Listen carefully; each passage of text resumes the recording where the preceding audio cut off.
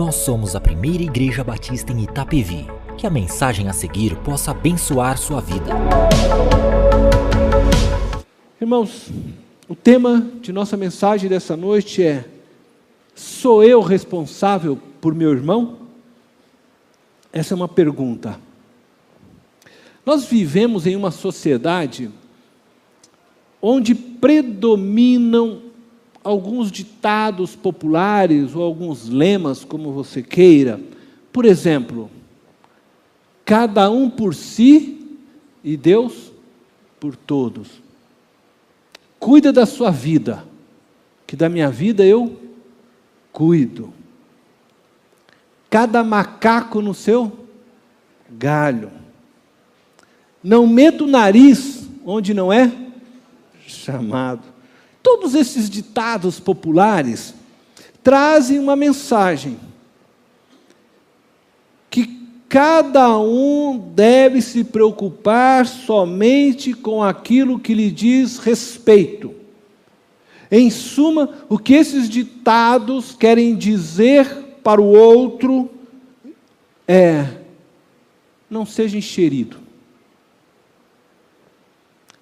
Cada um desses ditados tem sim o seu valor e tem a sua verdade. Dentro de certo contexto tem seu valor. Realmente é desagradável quando pessoas começam a dar opiniões em nossas vidas e se meterem em tudo que nós fazemos, ou até mesmo nos nossos próprios sentimentos, né? Primeiramente, é desagradável porque não gostamos de nos sentir impotentes, de mostrar nossa vulnerabilidade. Sentimos-nos mal quando nossas fraquezas são apontadas. Quando nós somos descobertos em nossa incapacidade de lidarmos com alguns problemas. Em segundo lugar, nós não gostamos de ter nossas vidas invadidas por outras pessoas, ter a nossa liberdade cerceada, restringida pelo outro. Isso nos dá a sensação de que estamos perdendo o domínio de nós mesmos. E por isso, esses ditados populares são ditos frequentemente.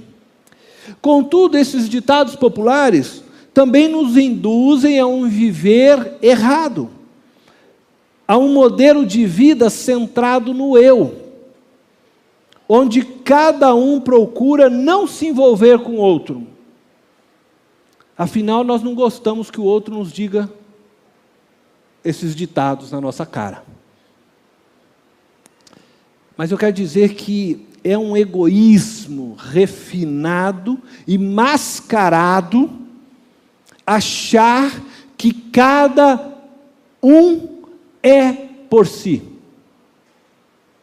Pois o Evangelho que nos foi dado e transmitido por Jesus Cristo nos chama a amar o próximo como a si mesmo. Além do mais, o Deus revelado por Jesus, seu Pai,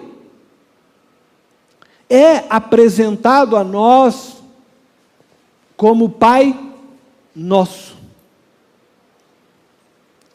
Não pode o Pai nosso satisfazer a vontade de cada um por si, pois Ele nos vê e nos ama como filhos e filhas que formam uma única família.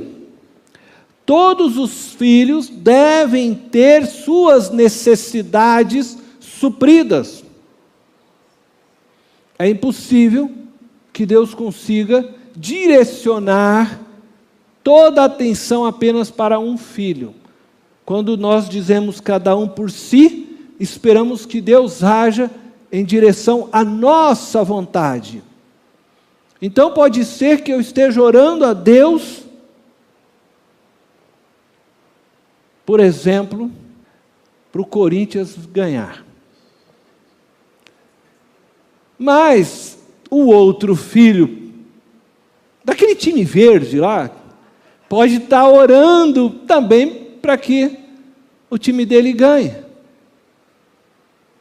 Eu vou dizer bem, né? A gente acha que Deus está preocupado com se Corinthians ou outro time vai ganhar?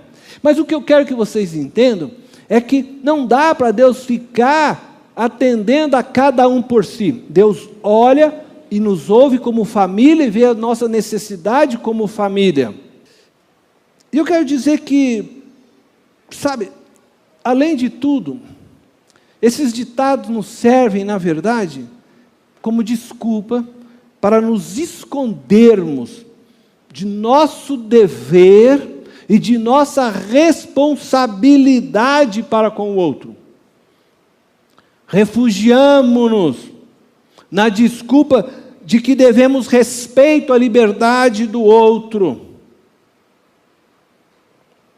E então, dessa forma, nos ausentamos de ajudar.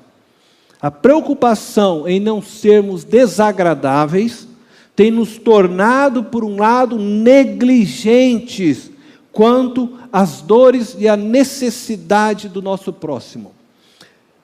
Então, afinal, eu sou responsável por meu irmão? Essa pergunta ela foi levantada por Caim. E ele levanta, atrás dessa pergunta, a questão se de fato somos todos unidos, interligados uns aos outros. Mas antes que eu fale de Caim, que vai ser o centro de nossa mensagem, eu quero nos contextualizar. Talvez você não tenha vindo no último encontro nosso, então eu quero contextualizar um pouco antes de continuar. Nós vimos em nosso último encontro que a família de Jesus, a Santíssima Trindade, vive na mais perfeita unidade existente.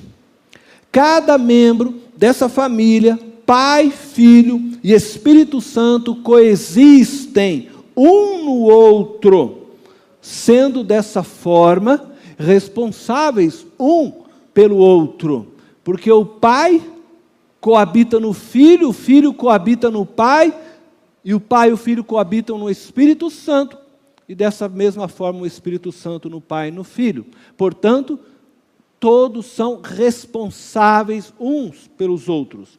Aprendemos também que Deus criou o homem e a mulher à sua imagem e semelhança, e instituiu a família com o propósito de que o homem e a mulher pudessem viver a mesma unidade existente na Santíssima Trindade. Homem e mulher deveriam se unir e se tornar, segundo Deus, uma só carne. Dois indivíduos que seriam unidos pelo amor. Entretanto, o pecado entrou na história humana, gerando então um caos nas relações humanas. O ser humano que fora criado por Deus, macho e fêmea, e assim foram criados com o propósito de se unirem numa relação sustentada pelo amor, assim como é a relação do Pai, do Filho e do Espírito Santo, e por meio dessa união se tornariam um ser único e indivisível. Entretanto, esse projeto de Deus foi comprometido, pois com o pecado, homem e mulher passaram a se ver como seres independentes um do outro, e é por isso que diz na Bíblia que eles tiveram vergonha agora um do outro, porque eles se tornaram seres distintos, foram separados, deixaram de viver na unidade que era projetada por Deus. No amor, preste atenção, no amor, nós somos chamados a cuidarmos uns dos outros, a sermos responsáveis uns pelos outros. Entretanto, volto a dizer, com a entrada do pecado, esse projeto foi destruído. O caos entrou. E logo no início da criação, após a queda de Adão e de Eva, nós hoje lemos um fato ocorrido, um acontecimento do primeiro homicídio da humanidade. Temos então um desvio de conduta da humanidade representada em Caim. Temos um desvio de conduta de Caim. Caim e Abel eram irmãos, filhos de Adão e Eva. Caim, o mais velho, era lavrador. E Abel, o mais novo, era um pastor.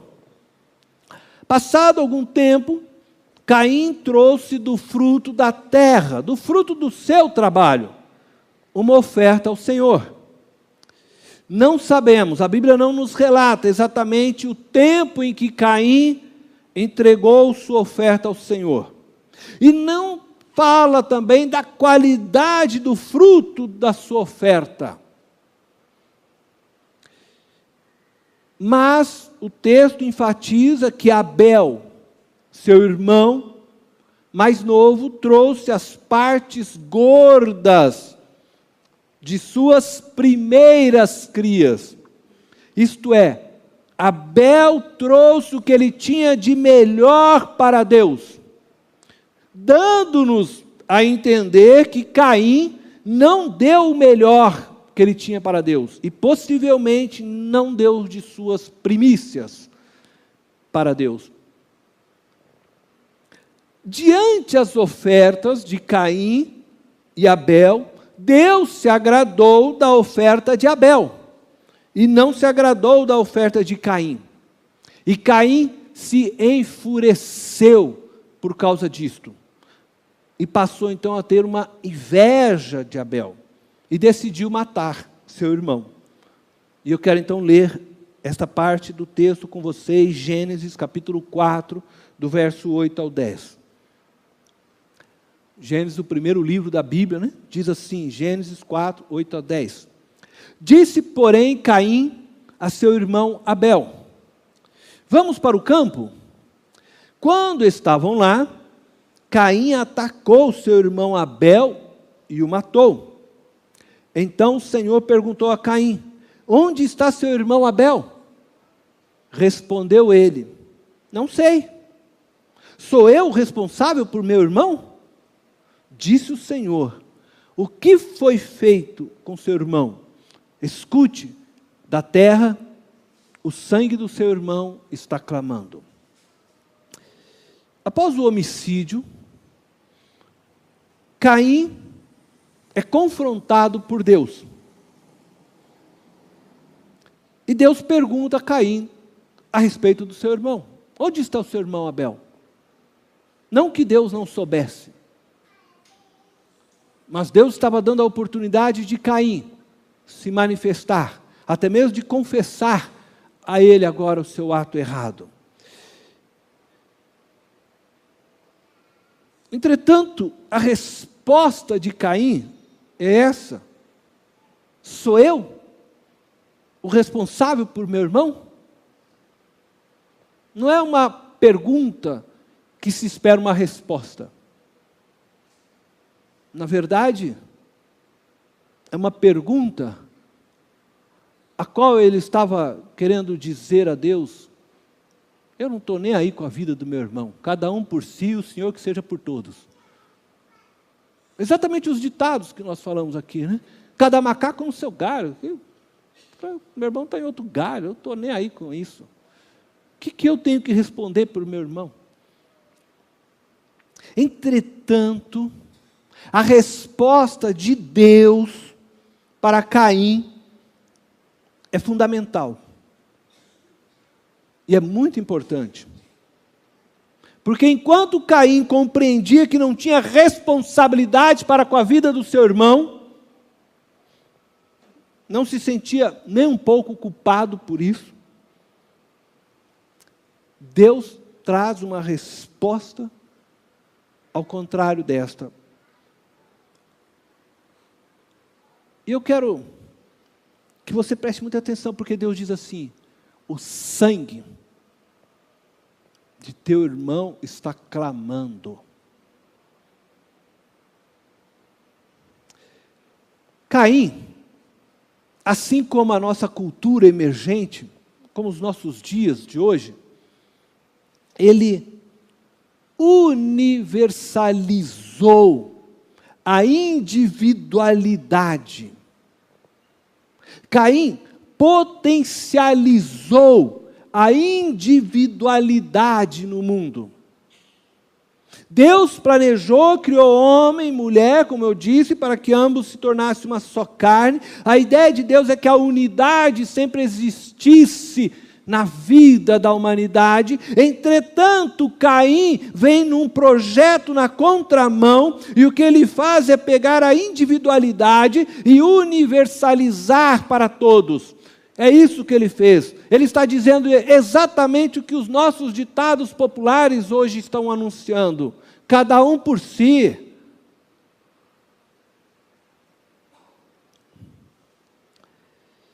Ele dividiu o que não era para ser dividido. Caim poderia ser dito aí como o autor desse ditado, né? Cada um por si, Deus por todos, né? Entretanto, a palavra de Deus, o sangue do seu irmão está clamando, é uma afirmação clara de Deus, que Caim era responsável pela vida de seu irmão. É uma afirmação clara para mim e para você, de que somos responsáveis sim pela vida do outro. Caim não tinha o conhecimento, não tinha a percepção real de que a vida de seu irmão fazia parte do seu próprio viver. Quando Caim mata o seu irmão, ele não está matando somente Abel, mas está matando a si mesmo também. Ele não só destruiu os sonhos de Abel, ele não só colocou fim à geração de Abel, mas ele colocou fim a tudo que Abel poderia representar na própria vida dele. Tudo que ele poderia aprender juntamente com seu irmão, ele deixou de aprender. Ele deixou de ter essa relação construtiva, afetiva, agora com Abel. Caim perde também ao matar o seu irmão. Sua família perde. Seus filhos não vão ter mais o tio Abel. Porque todos nós estamos interligados um no outro. Somos sim responsáveis pela vida do nosso irmão. E eu quero dizer algo, não somente dos irmãos sanguíneos. Nós somos responsáveis pelos nossos irmãos da pátria. Nós somos responsáveis pelos nossos irmãos da fé. Nós somos responsáveis por cada ser humano. Nós somos todos interligados, somos todos no final descendentes de Adão e de Eva. Todos nós somos da mesma origem, da mesma raiz. Fomos todos criados à imagem e semelhança de Deus.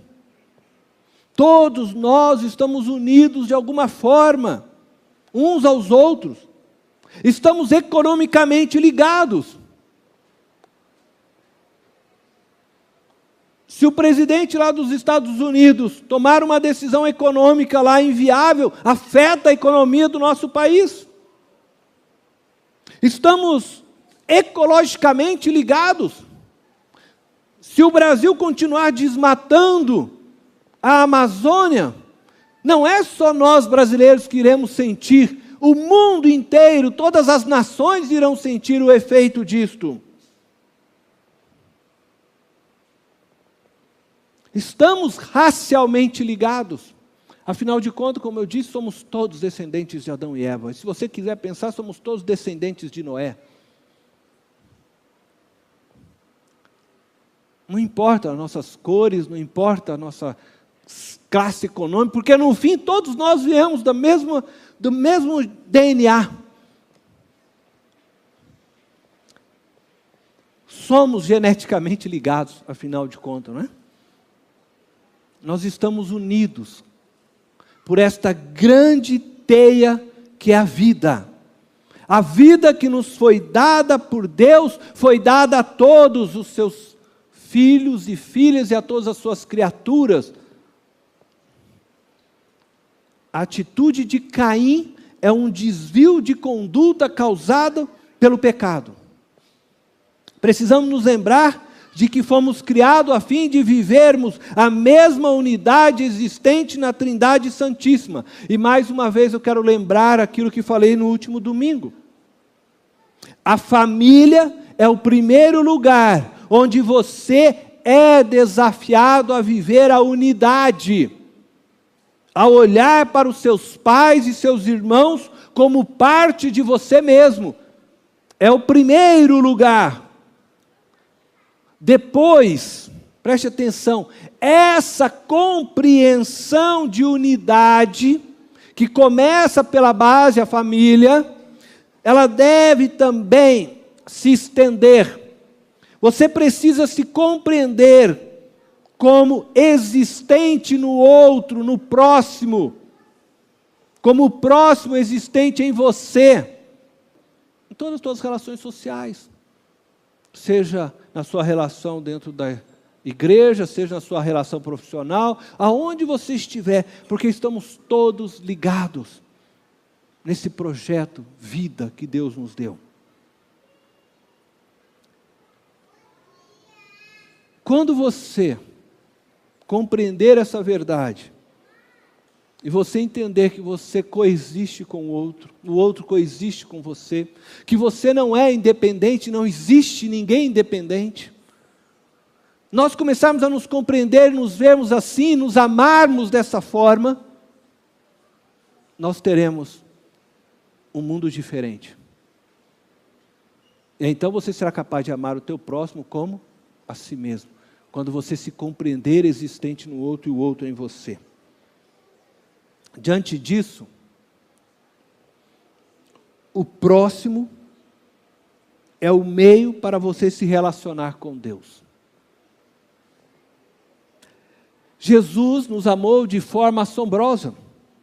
O Deus Filho deixou sua glória, se fez homem como nós e por nós na cruz morreu. Mostrou seu amor incondicional ao mundo. E ao fazer isso, Jesus estava também demonstrando seu amor ao Pai. Na medida que Jesus morreu por mim, por você, na medida que Jesus morreu pela humanidade, na medida que Jesus está morrendo por toda a sua criação, Ele está demonstrando o seu amor ao Pai. Preste atenção o que diz 1 João, capítulo 4, verso 20. Essas palavras do apóstolo João dizem assim: se alguém afirmar, eu amo a Deus, mas odiar seu irmão é mentiroso. Pois quem não ama seu irmão, a quem vê, não pode amar a Deus, a quem não vê. O apóstolo João está escrevendo esta carta para diferentes igrejas, é verdade. E é por isso que ele trata aqui do amor entre irmãos. E ele está se referindo aqui a irmãos da fé. Mas eu me sinto sim seguro em dizer que nós podemos estender estas palavras do apóstolo João para todas as pessoas que fazem parte de nossos relacionamentos.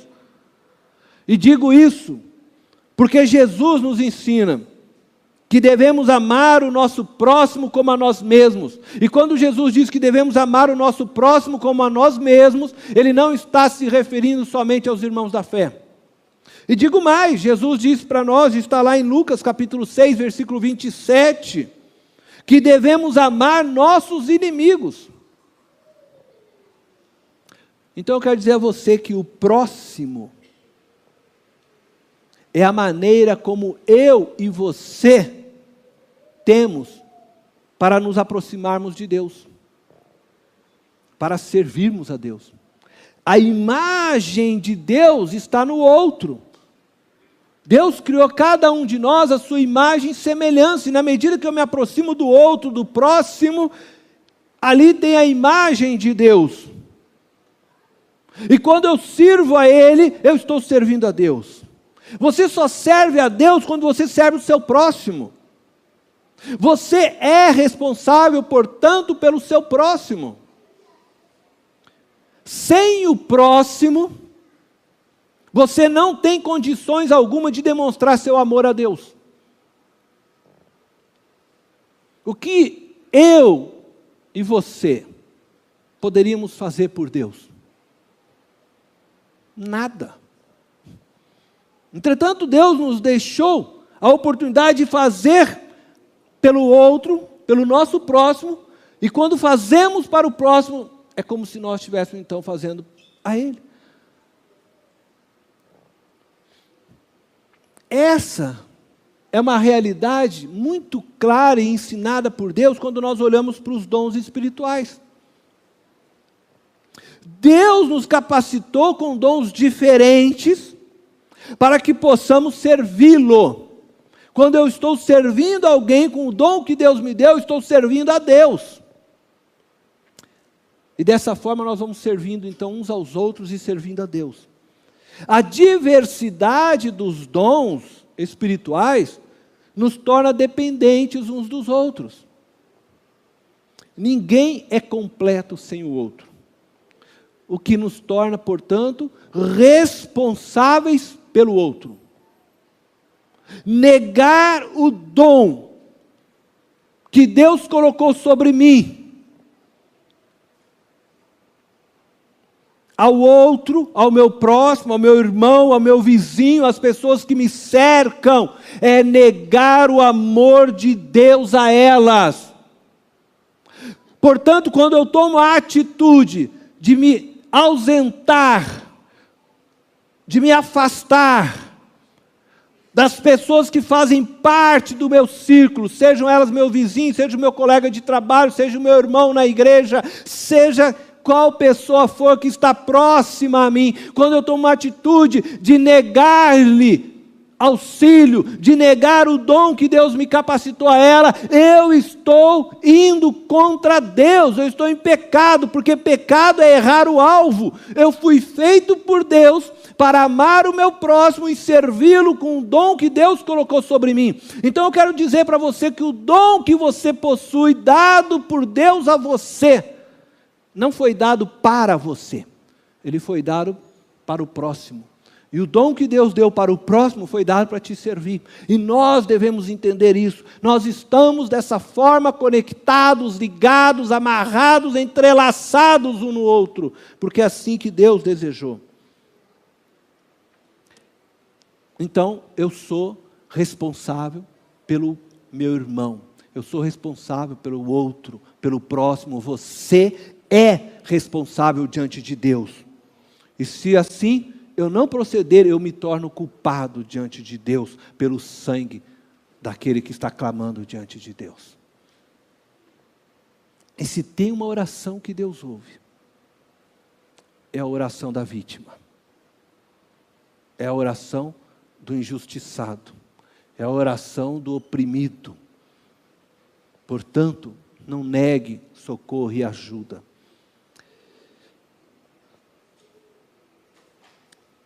Agora preste atenção, diferente de Caim, Caim, como eu disse, universalizou a individualidade. Ele fez com que todo mundo acreditasse nesse projeto, cada um por si, Deus por todos. Jesus, entenda bem, individualizou o universal. Agora Jesus pegou essa ideia do universal e trouxe de volta para o individual. Isto é, somos todos um. Somos todos um. Ele está nos chamando para sermos um só povo. Ele está nos chamando para sermos todos, membros do seu corpo, um só corpo. Ele está nos chamando para que nós possamos viver novamente a unidade. Pai, eu quero que eles sejam um comigo, como eu sou com o Senhor, eu quero que eles sejam um. E somos todos dessa forma chamados de novo. Enquanto Caim levou a individualidade para a universalidade, Jesus está pegando a universalidade e trazendo de volta para a individualidade. Ele está trazendo de volta para o projeto inicial. Jesus torna todos um. Não existe mais judeus, não existem mais gregos, não existem mais brasileiros, portugueses, não existe mais argentinos, é tudo um só povo, filho de Deus, lavado pelo sangue do Cordeiro. Ele está trazendo todos para ser um. Então, se você diz que ama a Deus e não ama o seu próximo, a quem você pode ver, João está dizendo que você é mentiroso, não sou eu. João está dizendo que você é mentiroso. Se você não consegue, preste atenção, se sensibilizar com a dor e a necessidade de quem você vê, você não vai conseguir se sensibilizar com a dor de Deus, a quem você não pode ver. Se você diz que ouve a Deus, mas não ouve o que as pessoas lhe dizem, você não ouve a Deus, pois Deus fala através de pessoas que interpretam a sua palavra. O próximo é a materialização de Deus para nós. Deus fala conosco através do próximo. Por que Deus nos manda confessar nossos pecados uns aos outros? Para sermos curados, diz o texto. Confessar o pecado é o meio pelo qual aquele que confessa encontre cura para a sua alma. Por quê? Porque ao confessar, o propósito da confissão é dar àquele que está com a alma abatida, ferida, carregando culpa, colocar para fora este sentimento, mas também de receber do outro uma palavra de acolhimento, uma palavra de esperança, uma palavra às vezes até de correção, uma exortação, mas dada em amor. E dessa forma, ele perceber Deus falando com ele, corrigindo e abraçando e chorando e o amando. Quando o próximo abraça o outro, é Deus abraçando.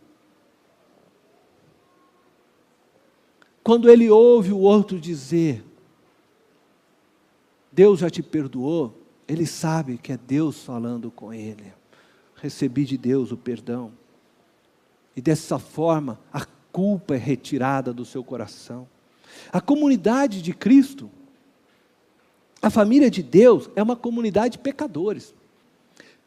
É uma comunidade de pecadores que partilham seus pecados. E é por isso que a gente se fere muitas vezes, Porque nós somos uma comunidade de pessoas pecadores que partilham o pecado, mas que estamos todos no desejo, sim, de encontrar Deus no outro. O que nos traz aqui, que traz você a este lugar, é o encontro que você quer ter com Deus. Mas Deus se encontra através do próximo.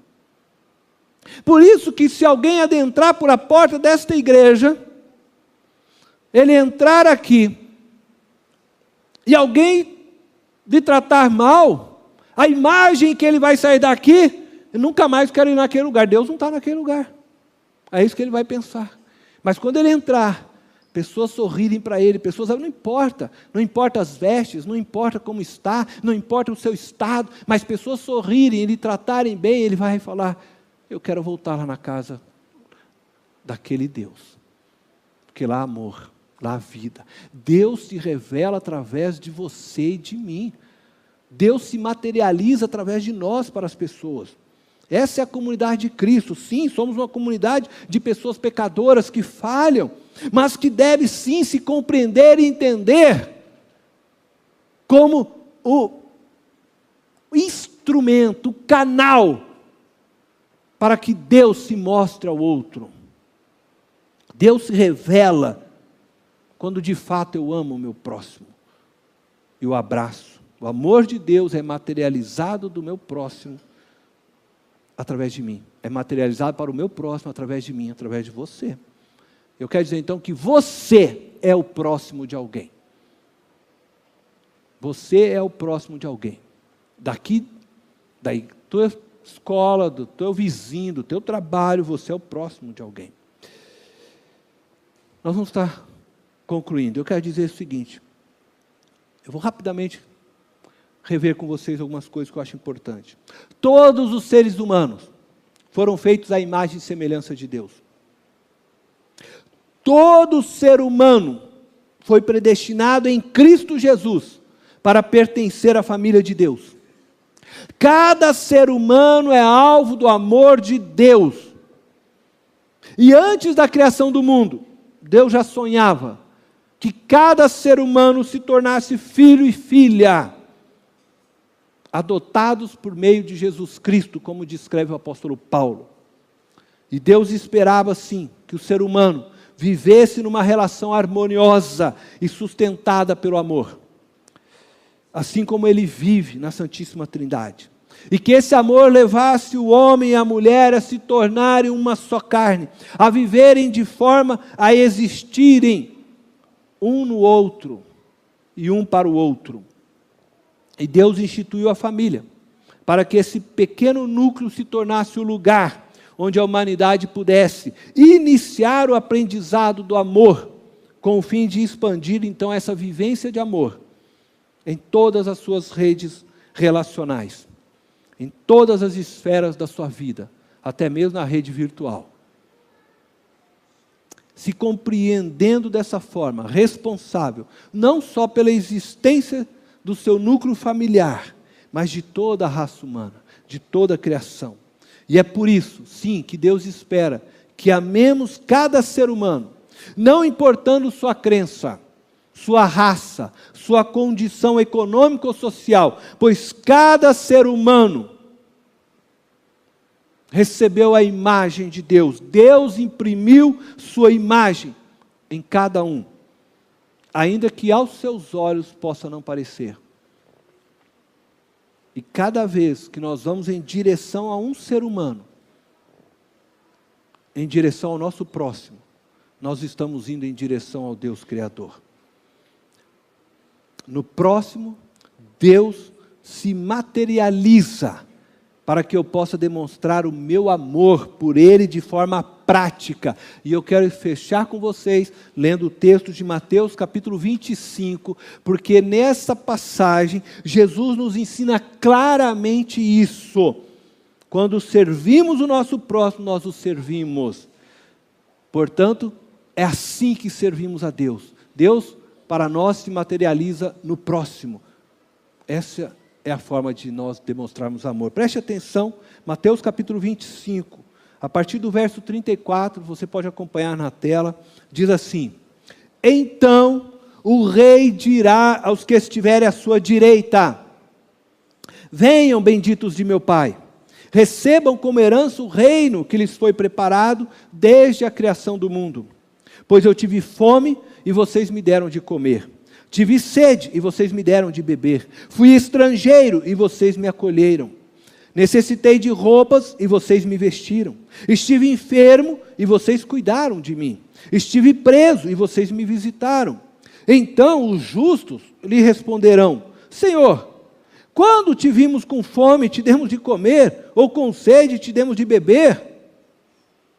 Quando te vimos como estrangeiro e te acolhemos, ou necessitado de roupas e te vestimos?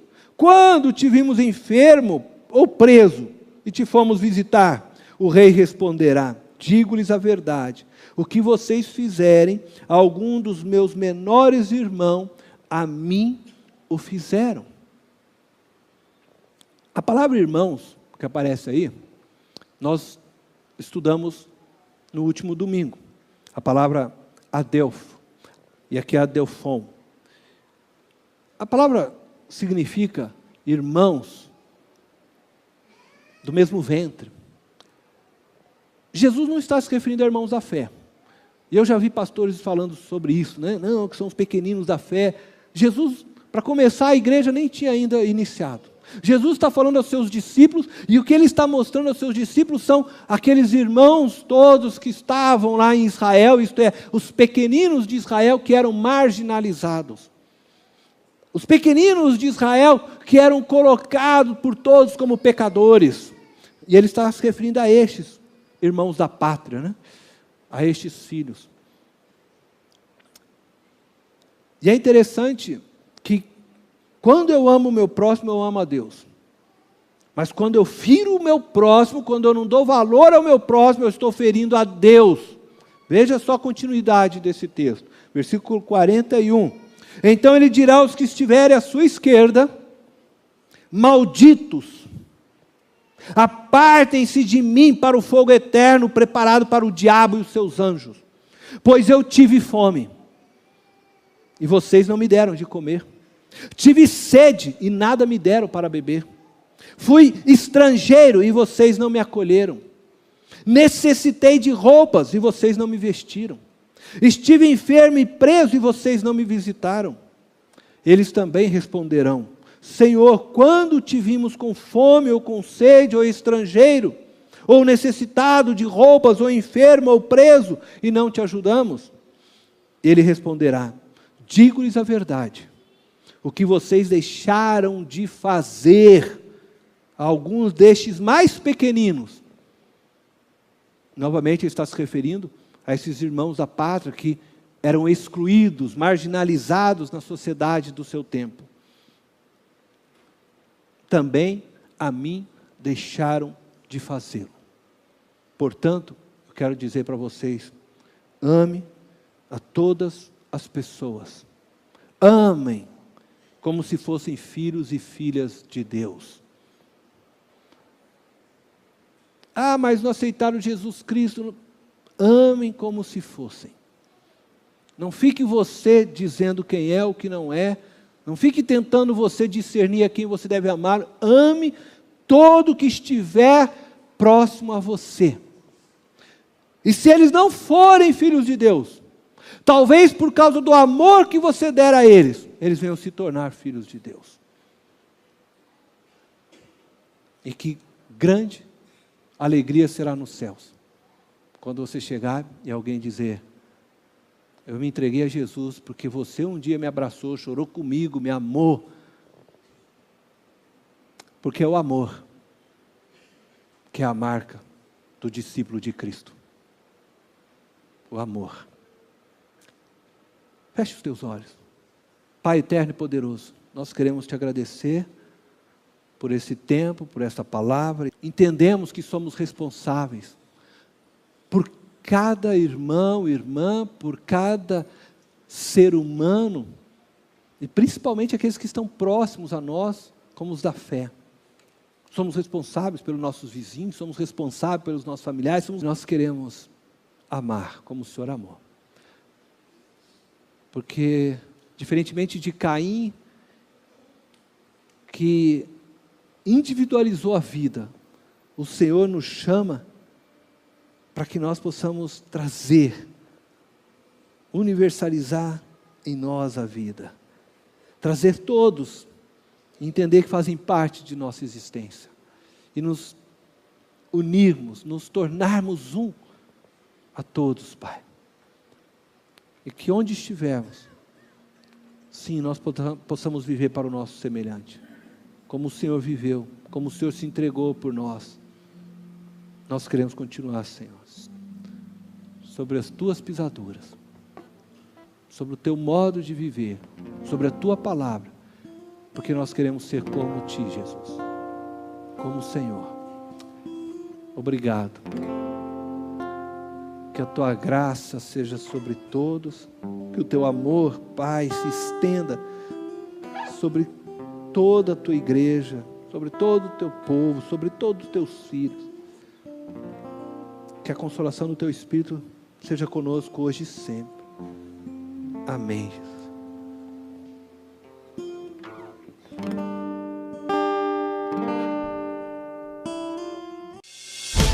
Esta foi mais uma mensagem especial da Primeira Igreja Batista em Itapevi. Que Deus te abençoe.